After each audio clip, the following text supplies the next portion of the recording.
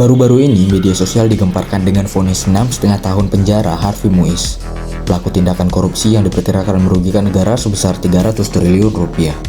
Pada akhirnya, banyak netizen yang mengolok-olok keputusan ini. Vonis hakim yang dianggap terlalu ringan dan tidak masuk akal. Bagaimanakah kronologi kejadian dari awal penangkapan sampai penetapan vonisnya? Dalam video ini, saya akan coba merangkum bagaimana rentetan kronologi kasus tersebut. Harvey Muiz lahir dari pasangan Hayong Muiz dan Irma Silviani pada 30 November 1985. Pria berusia 38 tahun ini memiliki darah keturunan Papua, Ambon, dan Makassar, dan diketahui ayahnya telah meninggal dunia. Penyebab kematian sang ayah sendiri dikabarkan karena penyakit kanker. Hayong Muiz meninggal sebelum Harvey resmi menikah dengan Sandra Dewi. Harvey Muiz menikahi Sandra Dewi pada 8 November 2016 silam. Pernikahan keduanya sempat viral dan dianggap sangat mewah karena digelar di Cinderella Castle, Disneyland, Tokyo, Jepang. Harvey berhasil merealisasikan impian pernikahan Sandra Dewi dengan konsep ala negeri dongeng. Pasangan ini mengendarai kereta kuda hingga ditemani boneka dengan kostum khas Disney yaitu Donald Duck dan Mickey Mouse. Pernikahan tersebut berlangsung sangat mewah dan meriah. Keduanya menjalani pemberkatan di Gereja Katedral Jakarta pada 8 November 2016 lalu melanjutkan rangkaian resepsi pernikahan di Tokyo pada 14 November 2016. Baik saat berada di katedral maupun di Disneyland, pasangan ini kompak mengusung tema putri dan pangeran dari negeri dongeng. Bedanya, pada resepsi pernikahan yang digelar di Disneyland Tokyo, pasangan ini hanya mengundang tamu dengan jumlah yang terbatas. Bukan karena tanpa alasan, ini lantaran Harvey Muiz dikabarkan membiayai akomodasi para tamu yang hadir. Ia juga membayar untuk momen berkeliling kastil di Disneyland bak pasangan ala film Disney saat menikah. Belum berhenti sampai di situ, putra Irma Muiz ini juga menjamu tamu makan malam di hotel dengan biaya sekitar 3,1 juta. Untuk menggelar pernikahan seperti impian Sandra Dewi, Harvey Muiz harus merogoh kocek hingga 96.000 US dollar atau setara dengan 1,5 miliar untuk 50 tamu saja. Jumlah ini belum termasuk untuk akomodasi tamu, jamuan makan malam, dan biaya tambahan lainnya. Kemudian dari pernikahan tersebut, Harvey Muiz dan Sandra Dewi dikaruniai 2 orang putra. Masing-masing anaknya diberi nama Rafael Muiz dan Mikhail Muiz yang usianya hanya berjarak 2 tahun saja. Harvey Muiz disebut memiliki kekayaan yang cukup fantastis karena berprofesi sebagai pengusaha di sejumlah bidang. Salah satunya batu bara melalui perusahaan PT Multi Harapan Utama. Di sini ia menduduki posisi presiden komisaris. Tak hanya itu, Harvey Muiz juga memiliki 5 saham di perusahaan batu bara lainnya, mulai dari PT Stanindo Inti Perkasa, CV Venus Inti Perkasa, PT Tanindo Internusa, dan PT Sriwiguna Binda Sentosa. Selanjutnya dikatakan oleh mantan sekjen Rodem Setio Purwanto, tambang timah di Bangka Belitung pun sudah dimiliki Harvey Muiz. Kerennya, ia bahkan menjadi pengusaha tunggal tambang timah di kawasan tersebut. Harvey Muiz pun diketahui memiliki mobil-mobil keluaran terbaru dari Ferrari serta jet pribadi. Ia juga dikabarkan terpilih menjadi salah satu brand ambasador Ferrari dari Roma, Italia. Untuk itu, tak heran jika hartanya melimpah.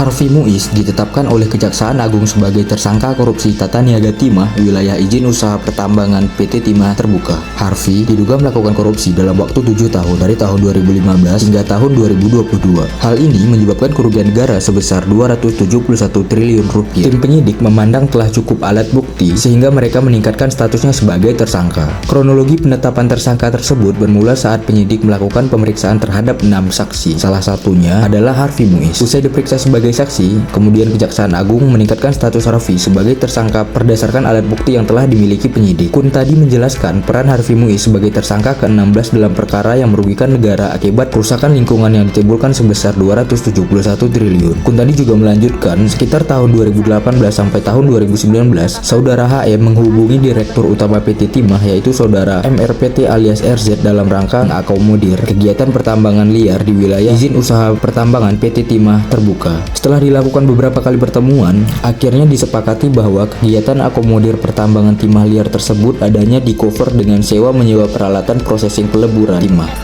Yang selanjutnya, Harvey Muiz menghubungi beberapa smelter, yaitu PT SIP, CVVIP, PT SPS, dan PT TLM untuk ikut serta dalam kegiatan yang dimaksud. Atas kegiatan tersebut, maka tersangka Harvey Muiz ini meminta para pihak smelter untuk menyisihkan sebagian dari keuntungannya. Kemudian diserahkan kepada yang bersangkutan dengan cover pembayaran dana CSR yang dikirim para pengusaha smelter kepada HM melalui QSA yang difasilitasi oleh tersangka HLN.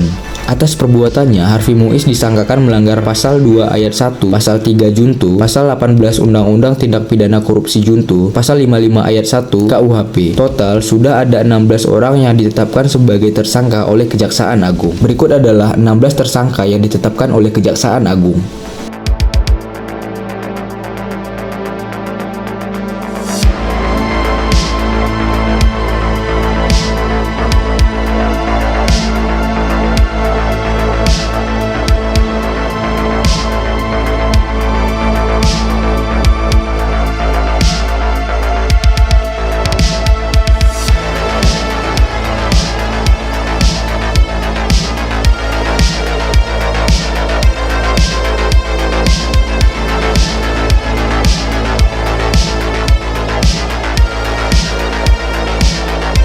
Hakim menyatakan kasus korupsi pengelolaan tata niaga komoditas timah terbukti menyebabkan negara merugi 300 triliun rupiah. Tetapi, ini menimbulkan banyak pertanyaan. Mengapa pengusaha Harvey Muiz hanya dihukum 6,5 tahun penjara?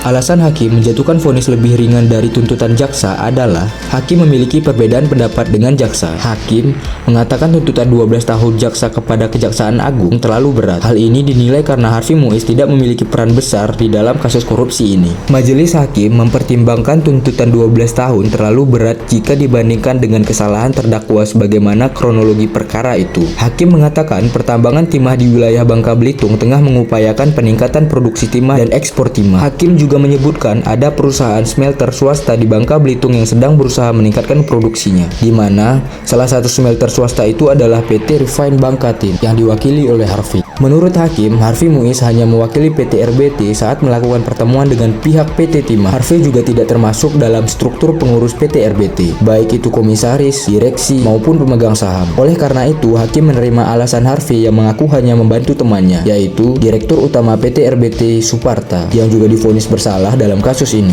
Hakim mengatakan Harvey Muiz bukan pembuat keputusan kerjasama antara PT Timah Terbuka dan PT RBT, serta ia juga dinilai tidak mengetahui keuangannya. Dengan beberapa kesaksian yang diberikan oleh Harvey, hakim pun menyatakan Harvey tidak memiliki peran besar dalam kasus ini. Hakim juga menyebutkan PT Timah Terbuka dan PT RBT bukan penambang ilegal. Berdasarkan hal tersebut, hakim menilai tuntutan jaksa 12 tahun penjara terhadap Harvey Muiz terlalu tinggi. Hakim mengatakan hukuman Harvey Muiz harus dikurangi. Selain itu, sikap sopan selama persidangan dan memiliki tanggung jawab keluarga serta belum pernah dihukum sebelumnya juga menjadi bahan pertimbangan hakim untuk mengurangi hukuman Harvey Muiz.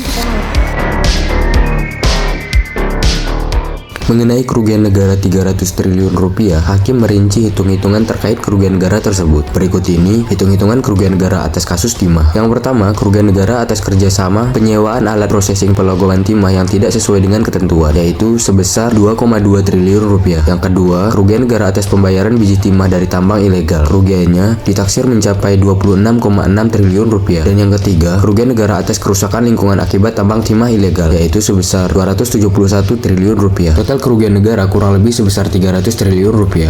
Untuk diketahui, jumlah kerugian ini bukan hanya dari perbuatan Harvey seorang, tetapi kerugian ini dari perbuatan beberapa orang terdakwa, di mana beberapa orang tersebut sudah diadili dan divonis.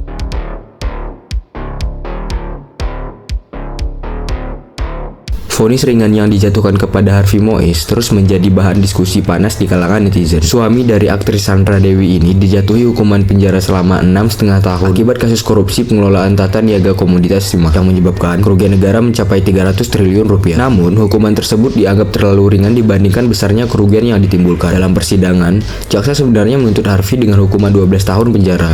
Namun, vonis hakim malahan lebih rendah dari tuntutan tersebut, yang pada akhirnya memicu reaksi keras dari masyarakat. Bahkan, beberapa netizen mulai membandingkan kasus Harvey dengan serial populer Squid Game. Dilansir dari Hoax ID, dari unggahan konten kreator Acu, video yang membandingkan Harvey Muiz dengan Squid Game viral di media sosial. Dalam unggahan tersebut tertulis cara cepat mendapatkan banyak uang dengan dua pilihan, yaitu mengikuti Squid Game atau korupsi. Perbandingan ini langsung memicu berbagai komentar dari warganet. Salah satunya, mereka menulis, mending yang Jodes yang nginep di penjara 6,5 tahun aja deh. Sementara yang lain berkomentar, kalau digaji 300 triliun selama 6,5 tahun, itu setara 1,2 juta per detik. Netizen juga mengutip perhitungan yang sempat dilakukan Jeremy Polim, yaitu seorang konten kreator yang mendalami ilmu matematika. Dalam perhitungannya, Jerome membandingkan lama hukuman dengan jumlah uang yang dikorupsi. Jika uang 1 triliun saja dihubungkan dengan hukuman 6 tahun, maka hasilnya setara 13,9 miliar per bulan atau 460 juta per hari. Kemarahan publik semakin memuncak karena Harvey Moise tidak hanya dianggap merugikan negara secara besar-besaran, tetapi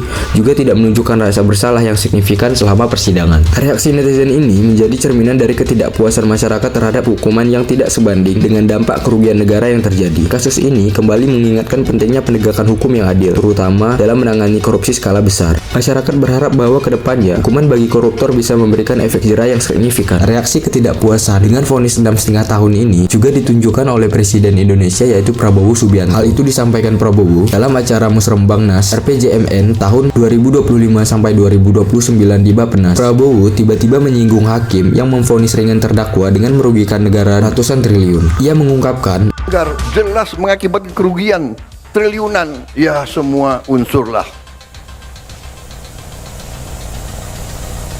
Terutama juga hakim-hakim yang vonisnya jangan terlalu ringan lah.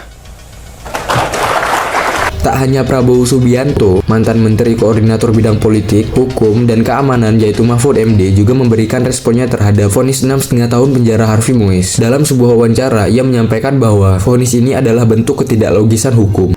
Bagaimana menurut kalian, geng? Apakah kalian setuju dengan keputusan hakim dengan pertimbangan-pertimbangan yang telah dijelaskan? Atau kalian punya pandangan tersendiri dalam kasus ini? Silahkan tinggalkan komentar ya.